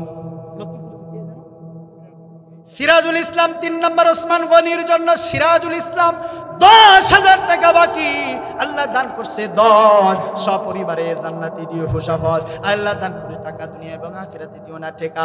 আল্লাহ দান করে যায় টাকা, টাকার রং সাদা, জান্নাতে যাইতে দিও না বাধা। আয় আল্লাহ দানকারী মাতা পিতা সুখে রাখবেন কবরে, নূরে টুপি পরাইয়া উঠাইবেন রোজ হাসরের দিকে। আল্লাহ তাআলা 4 নম্বরে কার পরিজন কবুল করে? 4 নম্বরে আল্লাহ তাআলা কাকে কবুল করে?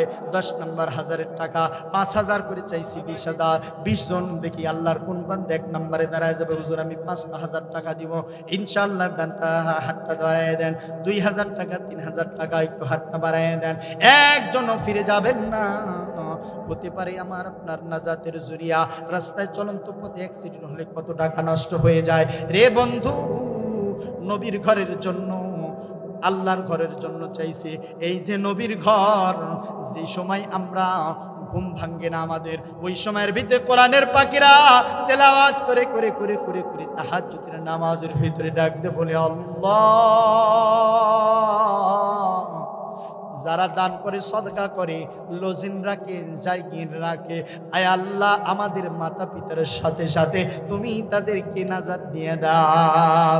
এজন্য 5টা করে 1000 টাকা কয়েকজন দেখতে চাই, 3টা করে 1000 টাকা দেখতে চাই, 1000 টাকা করেও দেখতে চাই। হাতটা একটু জাগায় দেন ভাই, নগদ অথবা বাকি কে আছে বোন, একটু হাতটা জাগায় দেন, আমি দোয়া করব। আল্লাহ তুমি দানকারীর হাত ফিরিয়ে দিও না, একটু হাতটা জাগায় দেন, একটু হাতটা জাগায় দেন ভাই। 1000, 2000, 5000, 10000 নবীর মহাব্বতে ওই যে আলী রাদিয়াল্লাহু তাআলা দেখেন দান করলো, আল্লাহ তাআলা বাড়ায় দিছেন, কমতি রাখবেন না, রাখবেন না। আর কোন বান্দা আছে একটু হাতটা জাগায় দেন, হুজুর দান করব 2, আল্লাহ জান্নাত দিবি তুই।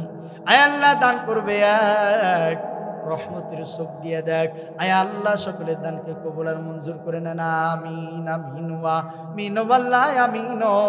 দানকারী রে ধন্য মাওলা, বেহেশতের হন জামিন। আমি জানি এলাকায় মাছ আছে, আসলে আপনারা খুব মহব্বত করেন, একটু জোরে হবে না? নারে তাকবীর। রুস্তম ভাই, রুস্তম ভাই, মারহাবা মারহাবা। রুস্তম ভাই 10,000 টাকা দেন, মারহাবা।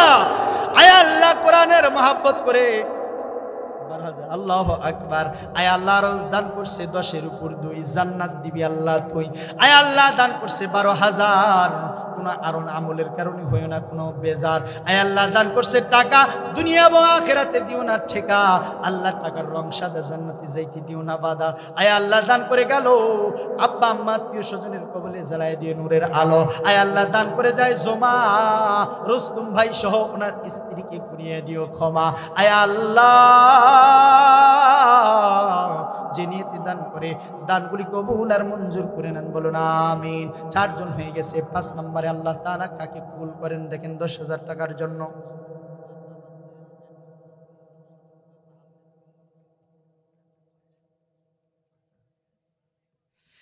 দেখি 5টা 1000 টাকা করে কি একটু হাতটা জায়গায় দিবেন, 2টা করে 1000 টাকা একটু হাতটা জায়গায় দেন। 2000 টাকা তো বেশি না রে ভাই, একটু হাতটা জায়গায় দেন যে ভাই আমি 2টা 1000 টাকা দিয়ে দেবো। মুরব্বীর নাম কি, নামটা লেখায় নেন। এই মুরব্বীর নাম, এই ভিতরে লোকজন দিয়ে দেন। আল্লাহু আকবার। মুরব্বী একটু কষ্ট করে উঠে আসেন। আল্লাহু আকবার। মুরব্বীর নামটা কি? আবুল কাশেম। এক ঘুগরি পান্তা পাড়া থেকে 1000 টাকা করলো দান। আয় আল্লাহ দান করছে 1, রহমতের চোখ দিয়ে দেখ। আল্লাহ দান করছে টাকা, দুনিয়া এবং আখিরাতে দিও না ঠেকা। আল্লাহ দান করে গেল মাদ্রাসার জন্য জমা করিয়া দিও ক্ষমা। আর একটা নাম কি যেন বললো? আয় আল্লাহ দান করছে টাকা, দুনিয়া এবং আখিরাতে দিও না ঠেকা। কি নাম? ওলিয়ুর রহমান। 2000 টাকা আল্লাহ দান করছে, 2 জান্নাত দিবি আল্লাহ তুই। আল্লাহ দান করে টাকা, দুনিয়া এবং আখিরাতে দিও না ঠেকা। আয় আল্লাহ টাকার রং সাদা, জান্নাতে যাইতে দিও না বাধা। আয় আল্লাহ দান করে গেল আত্মীয় স্বজনের কবরে জ্বালায় দিও নূরের আলো। আয় আল্লাহ দান করে যাই জমা। আয় আল্লাহ, আল্লাহ ওনাকে করিয়ে দিও ক্ষমা। আয় আল্লাহ দান করছে, এই জানে মানে বরকত দিয়ে দাও। দানকারীর মাতা পিতা আল্লাহ সুখে রাখবেন, কবরে নূরের টুপি পুরাইয়া উঠাইবেন রোজ হাসরে। কত টাকা কত পয়সা কেস কাছারিতে নষ্ট হয়, কত টাকা কত পয়সা রোগবালাতে চলে যায়। নবীর মাদ্রাসায় দান করিলে আখিরাতেই পাওয়া যায়। দিনী এলেম সুন্নাতের এক মহান প্রত্যাশা।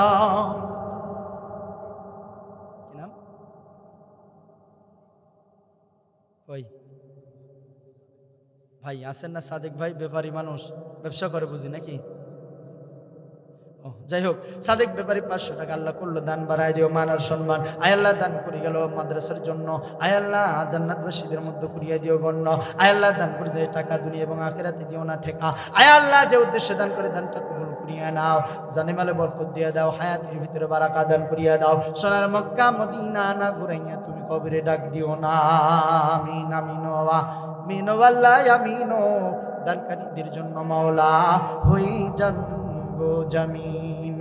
তিনি এলেন সুন্নাতের এক মহান প্রত্রাশা, লক্ষ্মীপুরে অবস্থিত কওমি মাদ্রাসা। হাইরে লক্ষ্মীপুরে অবস্থিত কওমি মাদ্রাসা। এই মাদ্রাসার ছাত্র শিক্ষক কমিটিতে যারা দিনের লাগি কত কষ্ট করে যাচ্ছেন তারা।